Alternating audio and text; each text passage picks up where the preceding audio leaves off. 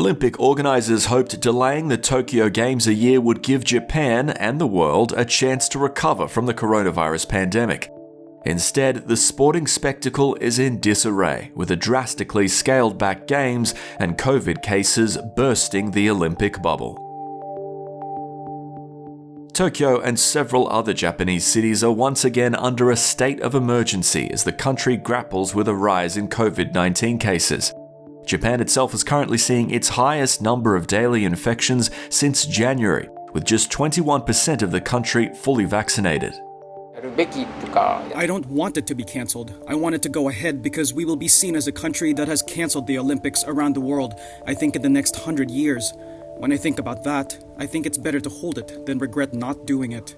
Recent surveys suggest that up to 80% of Japanese people wanted the Games either postponed a second time or scrapped altogether. It is the government's fault.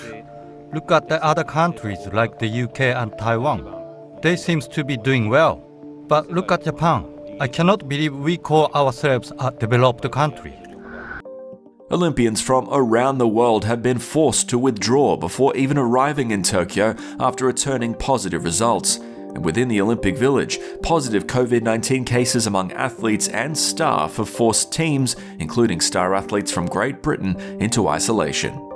Whilst the Olympic Committee assures media that this was to be expected, cases have now extended out to contractors and officials, with fears rising of a super spreader scenario within the bubble. Athletes also face unprecedented restrictions, with teams kept tightly controlled. This includes daily COVID-19 testing and intense social distancing, meaning no hugs, handshakes, or high fives. If you're an athlete that has trained their entire life for this opportunity and not waited the standard 4 years, which is a very long time, but 5 years on this occasion, you definitely want that opportunity to compete. You've worked so hard, you're at the peak of your performance. For the first time in history, spectators have been banned from Olympic events, leaving stadiums, aquatic centres and velodromes empty and shrouded in silence. In a controversial editorial, a Japanese Olympic Committee board member lamented the Games have already lost their meaning and are being held just for the sake of them.